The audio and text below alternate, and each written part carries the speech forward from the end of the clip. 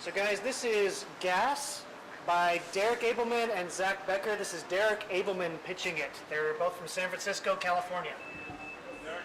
Hi. Hello. Someone knows how to dress. All right. Hey, nice thin tie. That's something I said. Hurry up, the clock's ticking. So there's this device. It's called a skip. It's no bigger than this piece of chalk. And when I attach a skip to your engine, your car can suddenly get 300 miles out of a single gallon of gasoline. That sounds awesome, right? But it's not. Because the global fuel economy is about to collapse. Because gas now costs $12 a gallon. In fact, everything that you would do to modify a technology is now illegal. Because the car companies didn't invent the skip, and the government can't control it. So if you modify a BlackBerry, a cell phone, a laptop, a car, you run afoul of one Agent Annika Rand. Agent Annika Rand is head of a new branch of the government called the Tech Division. And she's been granted carte blanche to pursue who's responsible for creating this skip technology. Her main tool is a piece of chalk, just like this. With it, around a suspect, she would draw a box, just like the one I'm standing in right now. This box is instant Guantanamo Bay. Once inside this box, you are an enemy combatant and have no rights. But she doesn't want to put just anybody inside of this box. She wants to put one man. His name is Benjamin Stipe. Benjamin Stipe is a leader of a group called the Immigrants, a shadowy group of renegade engineers that went off the grid about 30 years ago, and since then have been doing technological stuff that would make Nikola Tesla blush. Annika Rand's one connection to the Immigrants is a man named Barry Did. He's sort of a Bill Gates technology mogul.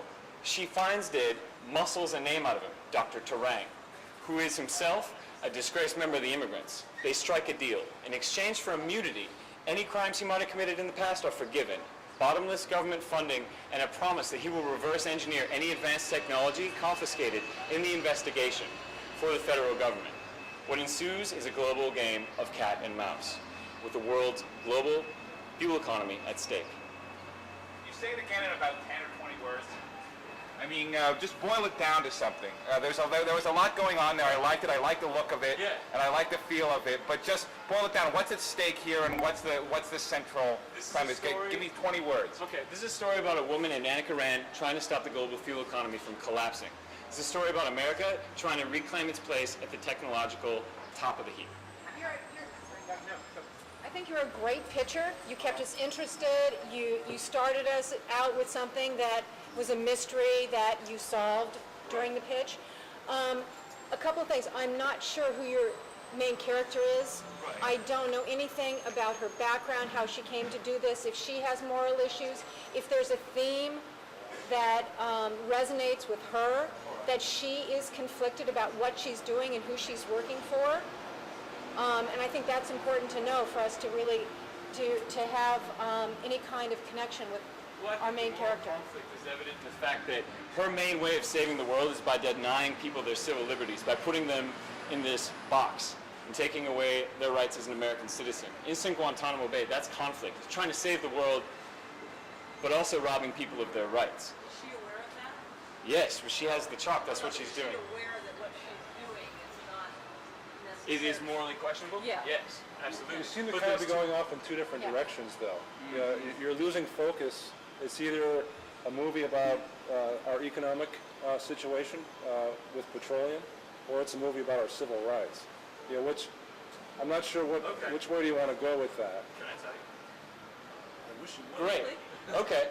In the same way that in Iraq right now, if there was some sort of information that I might have about Al-Qaeda, I can find myself possibly in a box just like this where my rights would be denied because the administration is trying to stabilize our current global economy. And to do that, they're willing to sacrifice the rights of quote-unquote enemy combatants. It's these two things. It's gas. It's the things that, if you drive a car or you read a newspaper, this story is important to you because I'm able to... What's the end result? What are the ramifications of removing the civil liberties? Then the ramifications. What does that have to do with the story? That has to do with the story in that the only people that can afford to drive because of the skip engine are either fabulously wealthy or breaking a federal law. But why? Why does it matter to you?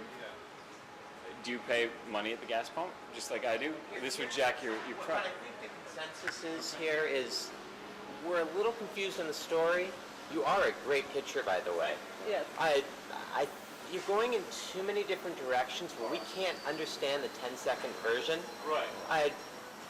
We're willing to give something a minute or two, but when we go into a studio, for instance, or I go into a comic book marketing committee, I've got 10 seconds. Right. And yours is really hard to explain in that. Some things do really well that way. Right. I think we're all just saying, There's something in there, though. Yes. That's the thing, is that you've got something, and you're just not mining it correctly. Right. Well, it's a complicated idea because I want to. And I want to say, Derrick, you look like a really cool dude, and this kind of looks like this. I looked at Paige. This looks cool. This seems kind of cool, and I mean, you seem like kind of a cool guy to hang out with, and like you I have the look of definitely, a creator. I want to go. I want to go out to a party with you, or go to a party that you throw, you know, and. For 3 days, you look me up. All right, I will. So thank you very much. Can I go a little bit over? I just want to say the whole idea of the geeks fighting back against government mandates to protect intellectual property, as the technology person here, totally resonates with me. The fact that, you know, I can't make a backup copy of my DVD. And beyond that. So I think that you have a really strong built-in target audience if perhaps you back away from the petroleum thing and focus more on the control of intellectual property. That's the more of a one, yeah. Fahrenheit 451 sort of Make issue. it clean. Yeah. And make sure But I that love that part. your protagonist, you know, if she's conflicted, because if she's taking away people's rights, Right. it's hard for us to think that that's a good thing, unless there really are huge stakes for doing that. I think it's a questionable thing. But she needs her reasons for doing it, Yeah. and then finding out why that's good or bad. I agree. I would drift away, and the only reason why I'm talking a little bit more is I like it. Yeah, that's You know, it. but it's just, it lacks focus. It needs- Go away from the petroleum stuff, go more towards the high-tech, more of the Orwellian aspects of what Yes, you're talking yes. about. I would actually like to hear more about this at another time. So, I mean, that's, yeah. Great. I just want to thank you for your time. And I also urge you, because it is a complicated idea, we worked very hard on a 3-paragraph summary, which you should all have copies of. Look that over. That should answer some of your questions. I appreciate your 2 minutes, but boy, was this challenging. You've been a great audience. And I'll take. Thank you.